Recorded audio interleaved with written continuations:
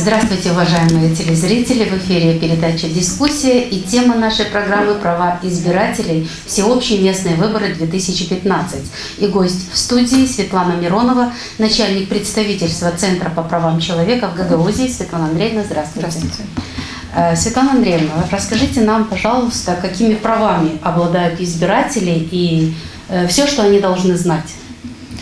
Самое главное, что это выборы проводятся всеобщие местные, а это означает только одно, что на данных выборах мы избираем свою местную власть. Фактически это примары, это местные советники, ну и в зависимости уже от места жительства того или иного гражданина могут быть избраны еще и другие виды власти, конкретно это районные советы, ну и, допустим, в Кишиневе это генеральный примар. То есть избиратели, проживающие в Гагаузии, они получают всего 2 избирательных бюллетеня. Избиратели, проживающие, например, в близлежащих районах по всей Молдове, та же Бессарабка, Чемишлия, Кантемир, Лёва, они получают уже 3 избирательных бюллетеня, и избиратели, проживающие в Кишиневе и в окрестностях, они получают 4 избирательных бюллетеня. То есть 1 бюллетень – это обязательно тот бюллетень, который позволяет нам избрать примара, 2 бюллетень местных советников, 3 возможный – это районные советы. В Гагаузии сразу отмечу, что районные советы не существуют. Этим мы, наверное, мы отличаемся, да. У нас есть районная администрация, нет районных советов. Ну и учитывая структуру Кишинева, то, что все его близлежащие села также отведены к структуре Кишинева, там избирается, кроме, допустим, в селе Бачо избирается свой примар, и также еще и генеральный примар. То есть, естественно, что избиратель вправе знать о том, кто баллотируется, каким образом найти информацию о программных, допустим, целях того или иного кандидата и так далее.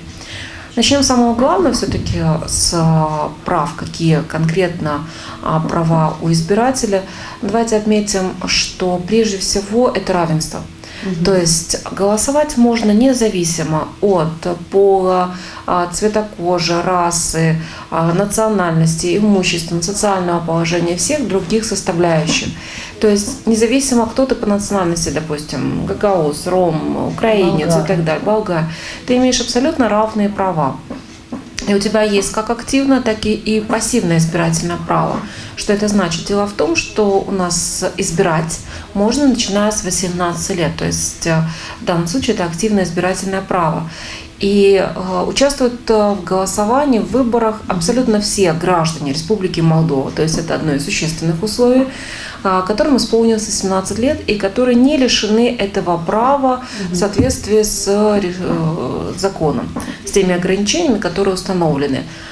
А избираться – это уже несколько другое. Дело в том, что, допустим, местным советником, да, также можно стать 18 лет. То есть для этого достаточно, чтобы не было ограничений, которые здесь. То есть не быть военнослужащим срочной службы, не иметь непогашенной судимости. Эти ограничения, как правило, называют кодекс о выборах. То есть они могут иногда меняться, это в зависимости от решения парламента, но по большей части остаются. И еще одна специфика сегодняшних выборов всеобщих местных – это то, что избиратели голосуют только по месту своего жительства, то есть регистрации. Прописки, да? Прописки. Это очень-очень важно, да, постоянная прописка. То есть почему? Потому что никаких удостоверений на право голоса, то есть открепительных талонов быть не может.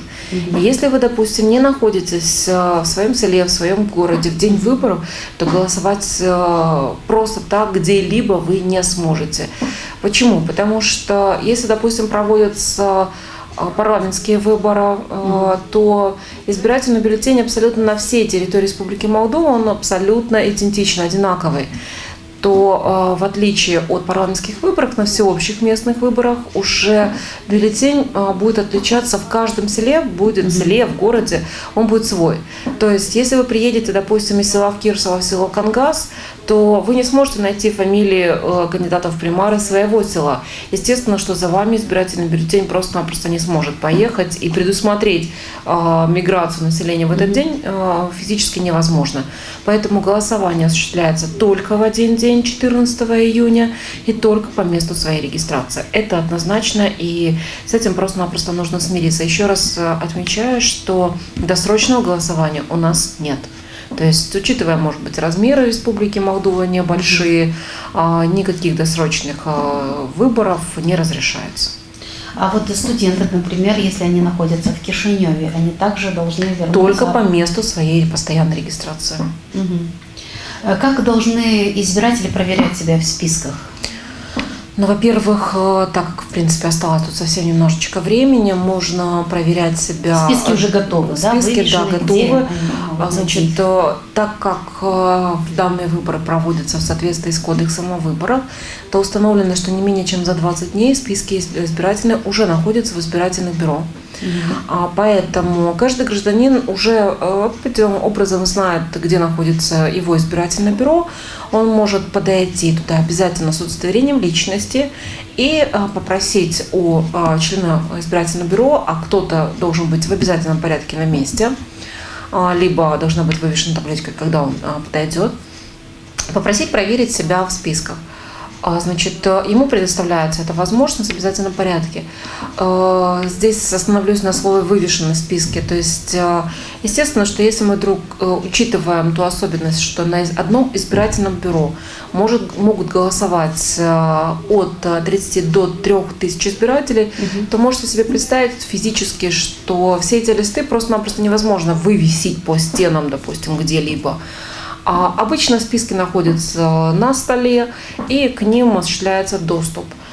Каждый избиратель может проверить, и в случае необходимости он может написать заявление о внесении исправлений, изменений каких-либо в избирательные списки. Каким образом эти изменения вносятся? Естественно, что если гражданин, допустим, говорит, что какой-либо его родственник ушел на тот свет, в этом случае недостаточно только будет указания устного, а необходимо будет к этим избирательным спискам приобщить еще и копию сертификата о смерти. Да? Да, если гражданин умер, если он переехал на другое место жительства, то опять же ему необходимо представить свое удостоверение личности с новыми данными, где он находится на данный момент. Это достаточно важно. Почему? Потому что списки избирательные, хотя они уже вторую кампанию, они администрируются Центральной избирательной комиссией, то есть местные органы власти абсолютно не имеют к ним никакого отношения. Списки будут уже получены, точнее напрямую из Центральная избирательная комиссия на основании тех данных, которые представляет регистр всех граждан, то есть регистр избирателей, и на основании тех данных, тех поправок, которые представляют местные органы власти. Дело в том, что каждая примария, она просто-напросто имеет обязанность не позднее 1 марта каждого года представлять эти изменения, если они произошли за текущий год, для того, чтобы была возможность качественного составления списков. Надеемся, что на этих выборах не будет того безобразия, которое бывает иной раз на наших местных, допустим, гагаузских выборах. Это самое основное. Но еще про какое право необходимо назвать, это то, что каждый избиратель голосует только лично. То есть голосование по доверенности, по свидетельству о браке не разрешается. Просто-напросто каждый избиратель, который желает принять участие в выборах, он принимает.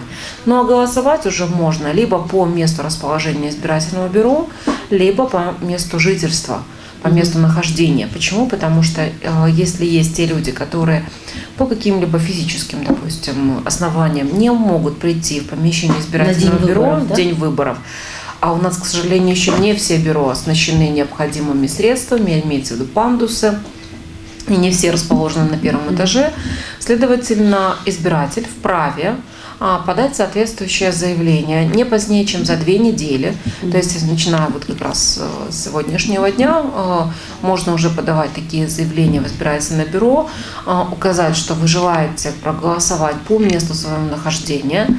Это заявление желательно, чтобы было заполнено рукой самого избирателя, либо кто-то из его родственников. То есть, принести в избирательное бюро пачку идентичных заявлений просто-напросто не допускается, написанных одной рукой. Значит, эти заявления можно подавать до 18 часов 13 июня.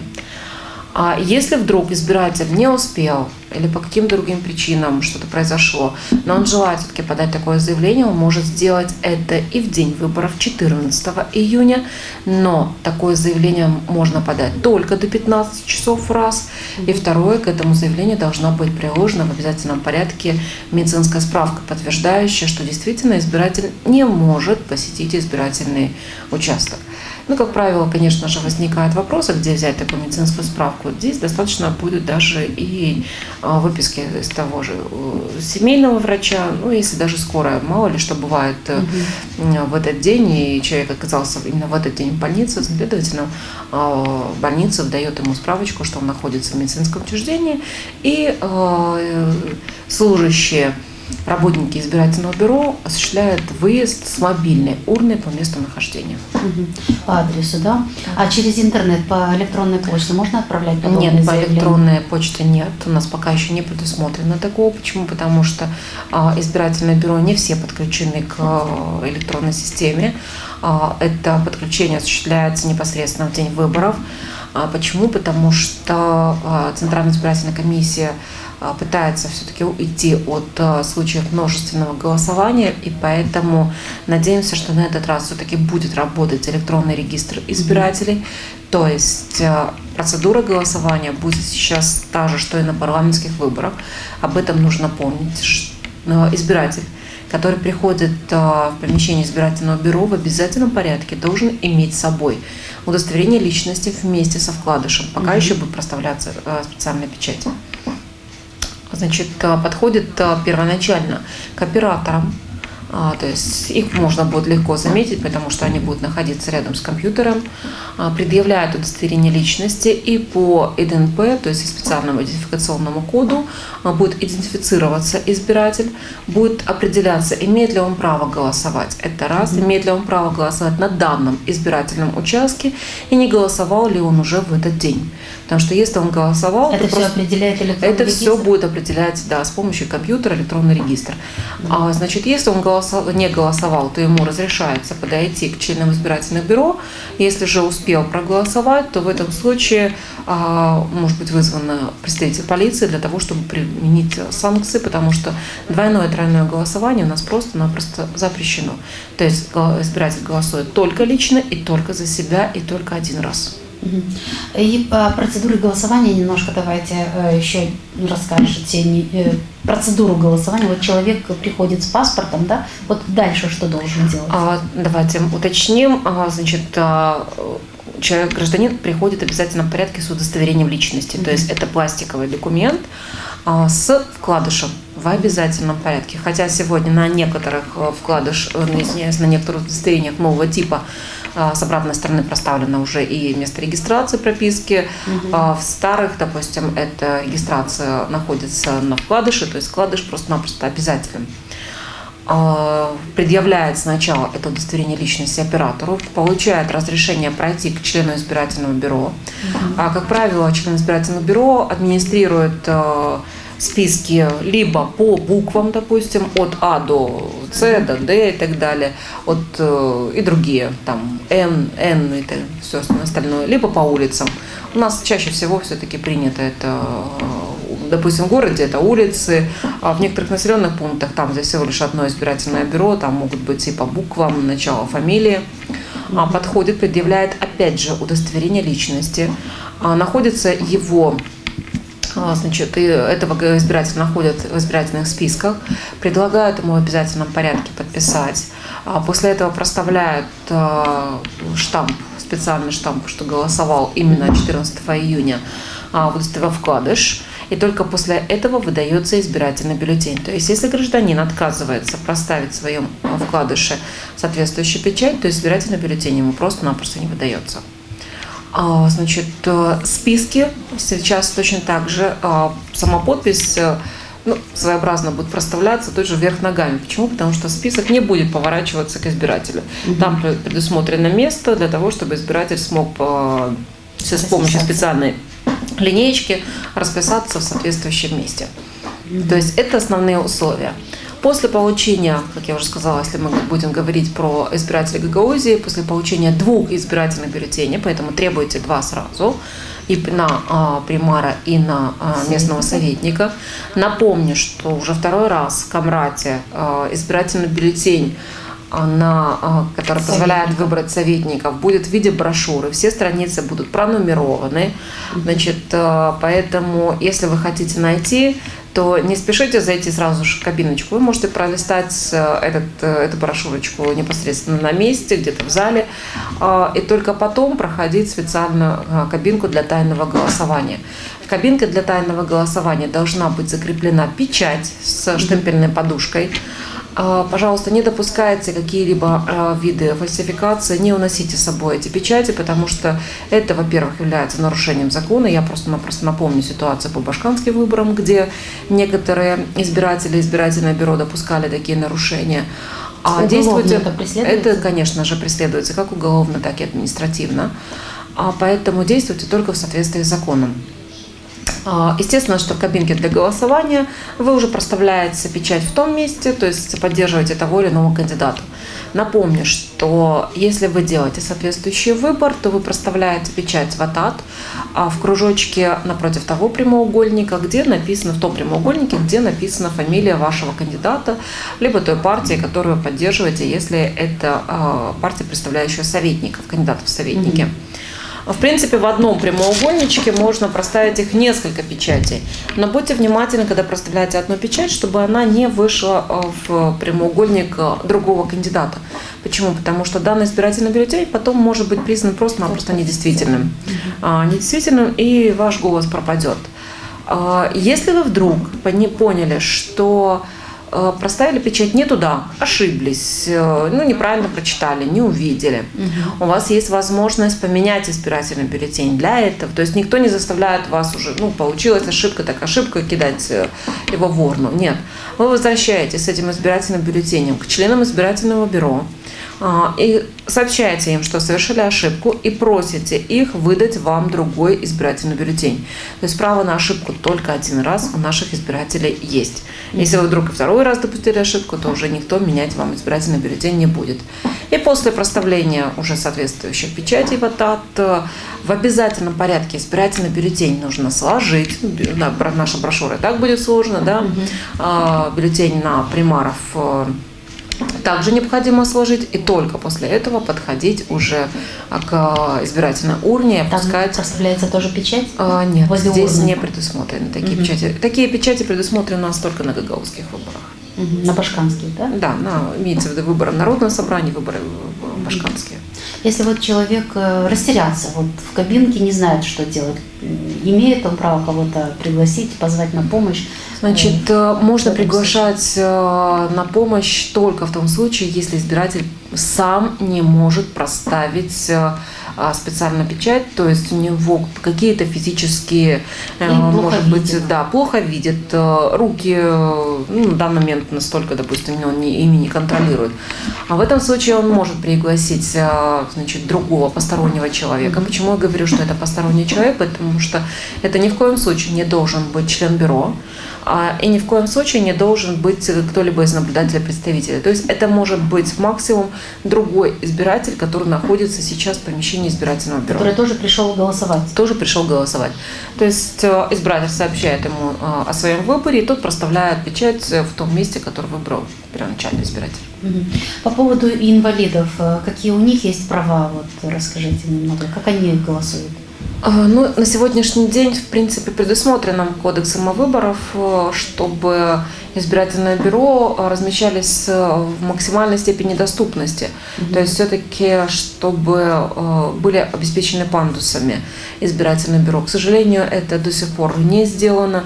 И если, допустим, избирательное бюро размещается где-то в Приморье, где-то, допустим, в школе, то не везде пандусы есть. А там, где они есть, это, возможно, второй этаж. Допустим, там тот же Дом культуры на втором этаже. Естественно, туда не попадешь. Поэтому избиратели могут пользоваться правом мобильной урны, то есть написать соответствующее заявление. Так как я говорила чуть раньше, это...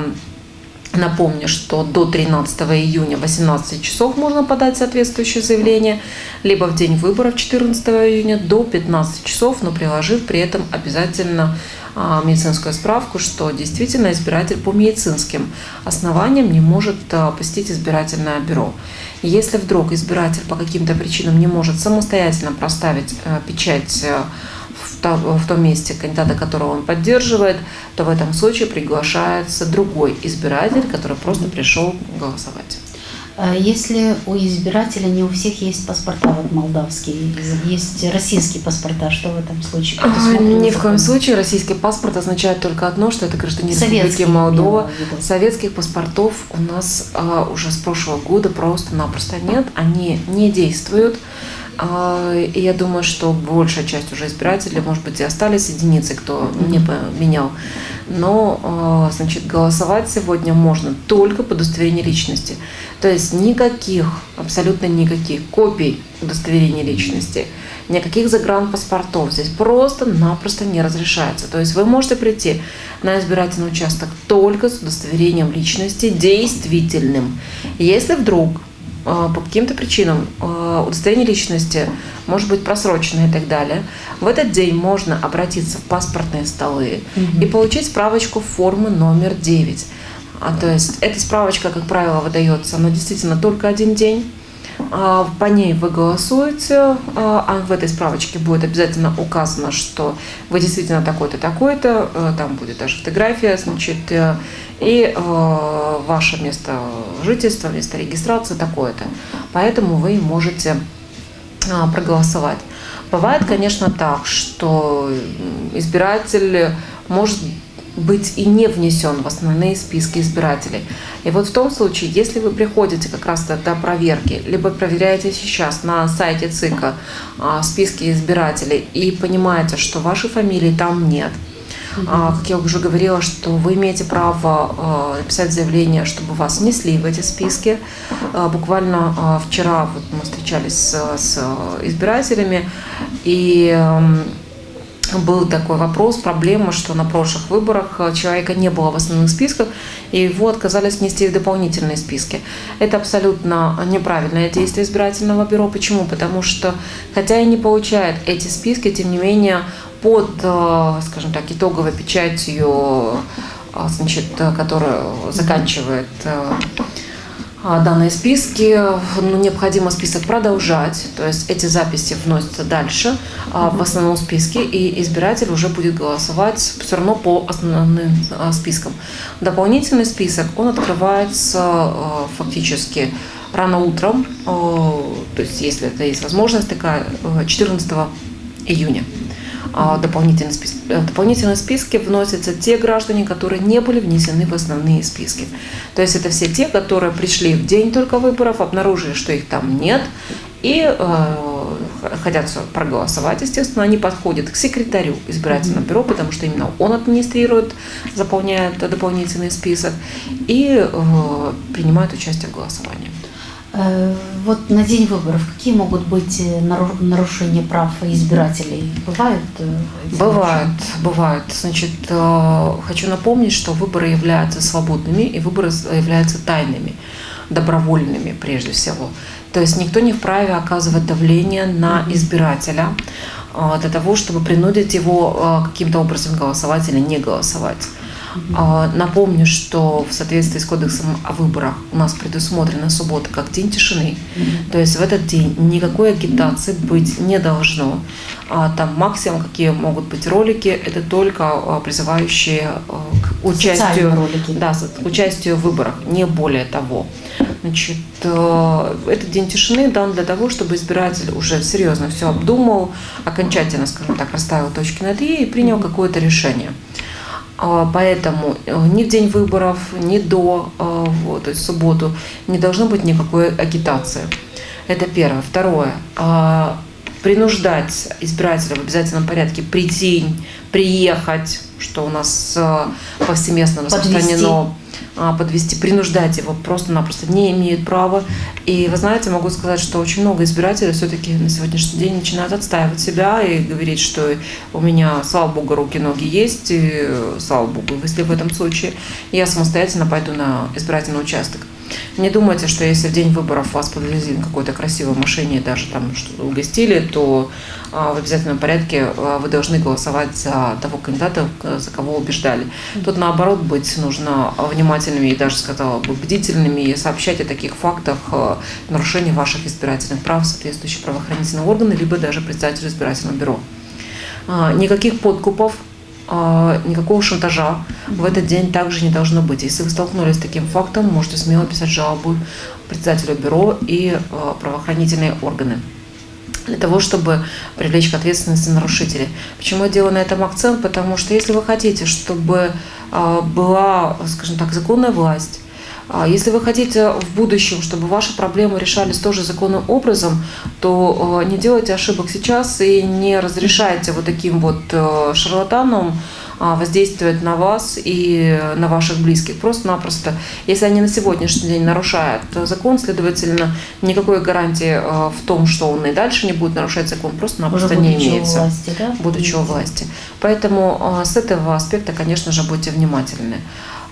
Другое нарушение, которое это нарушение тайное голосование. То есть, опять же, если члены бюро либо наблюдатели вскакивают с места и тычут пальчиком в того якобы случайно, значит, в того кандидата, которого они поддерживают, это тоже будет являться нарушением и также можете привлекать к ответственности данных нарушителей. Плюс все-таки избирательные кабины должны быть поставлены таким образом, чтобы вы все-таки имели возможность проголосовать тайно. Напомню, что эти избирательные кабины те же пластиковые, которые были на парламентских, на башкирских выборах, и они своеобразным образом защищают, то есть вы можете тайно проголосовать, но для этого необходимо предусмотреть, чтобы вы все-таки сами собой закрыли избирательный бюллетень. Кстати, напомню, что избирательный бюллетень нельзя фотографировать. То есть фотографирование на избирательном участке разрешается только наблюдателям, но находящимся на своих местах, и по согласованию видеосъемка также разрешается, но наблюдателям по согласованию с председателем избирательного бюро. Но тем не менее, фотографирование вашего выбора, то есть момента, когда вы голосуете, и мобильным телефоном, и фотоаппаратом, просто-напросто запрещено. Для чего это делается? Обычно это делается для шантажа, то есть в случае шантажа, в случае подкупа, да, то есть это доказательство того, что избиратель якобы проголосовал именно за того кандидата, который, значит, там попросили где-то на улице. Это запрещено. В том числе запрещен в обязательном порядке вынос избирательного помещения, избирательного бюллетеня. То есть избирательный бюллетень ни в коем случае не выносится, иначе избиратель привлекается к ответственности. Рвать избирательный бюллетень, нарушать целостность и порядок избирательного бюро, также это является нарушением, привлекается избиратель к ответственности. Если вдруг чуть согнули, не там... Нет, это... Как рассматривается? Нет, естественно, что в данном случае просто-напросто все рекомендуют избирателям, значит, данный избирательный бюллетень просто-напросто после голосования сложить, желательно даже несколько раз сложить и опустить в избирательную урну. Хорошо, Светлана Андреевна. Ну и под конец нашей программы ваши рекомендации нашим избирателям. Рекомендация будет прежде всего все-таки активное участие в выборах, потому что напомню, что в следующие 4 года вы будете бок о бок находиться с властью, которую сами определили. То есть примару находится, вот он, советники находятся тоже рядом с вами. И попытайтесь выбрать того примара, того советника, который будет максимальным образом интересоваться проблемами, не только интересоваться, а пытаться их решить, проблемами именно населенного пункта. Никаких обещаний, которые на сегодняшний день могут быть даны, допустим, в виде подниму пенсии, подниму зарплату, открою рабочие места и так далее, это советник может говорить. Это просто-напросто недопустимо, потому что это не их полномочия. Напомню еще раз, что и примар, и местный совет решают вопросы только местного значения и только в соответствии с компетенцией. Не поленитесь, загляните в закон о местном публичном управлении, местном публичной власти, это если гагаузский закон брать, потому что полномочия в этом случае идентичны. Напомню, что местные советы разрабатывают бюджеты, следят за организацией, управляют имуществом, а примар практически призван исполнять решения местного совета. Поэтому если вас ваш кандидат обещает решение, в том числе внешнеполитических вопросов, просто-напросто не верьте в этом случае, потому что это не дело примара и не дело советника. Еще раз напомню, дела только хозяйственные, местного значения и так далее. Поэтому делайте свой выбор осознанно, и даже если на вас сейчас оказывается какое-то давление, помните, что голосование в любом случае осуществляется тайно, и нет возможности проследить, за кого же вы проголосовали. Поэтому не поддавайтесь на те уговоры, которые у нас на сегодняшний день есть, не на те подарки, которые, к сожалению, иной раз присутствуют. Значит, делайте выбор только в соответствии с профессиональными, личностными качествами того или иного кандидата и, естественно, в зависимости от тех ожиданий, которые у вас есть у самого.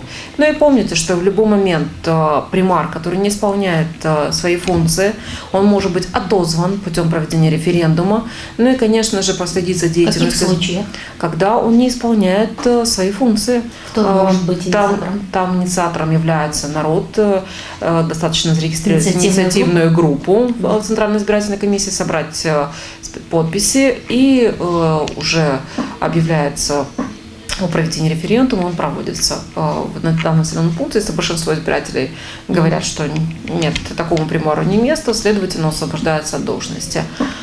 Значит, местные советники, их можно контролировать путем того же, в конце концов, участия в заседаниях местного совета, потому что это открытые заседания. Во-вторых, все местные советы должны публиковать в обязательном порядке проекты решений, которые будут рассматриваться, и в том числе принятые решения, для того, чтобы иметь возможность проконтролировать законность принятых решений местными советами, ну и далее примарами. Ну, а сейчас рекомендации тем, кто не ходит, тем избирателям, которые вообще не ходят на выборы. Давайте, значит, рекомендация будет являться прежде всего то, что если вы хотите, чтобы в вашем доме был порядок, следовательно, наводите его самостоятельно. А для этого нужно пойти на выборы, этим самым будет обеспечено учет вашего мнения, и в дальнейшем вы сможете привлечь к ответственности местные органы власти. Ну что ж, я благодарю вас за участие в нашей программе. Для телезрителей напомню, что сегодня вы смотрели передачу «Права избирателей. Всеобщие местные выборы 2015». И беседовали мы со Светланой Мироновой, начальник представительства Центра по правам человека в Гагаузии. Светлана Андреевна, спасибо вам огромное за участие в программе.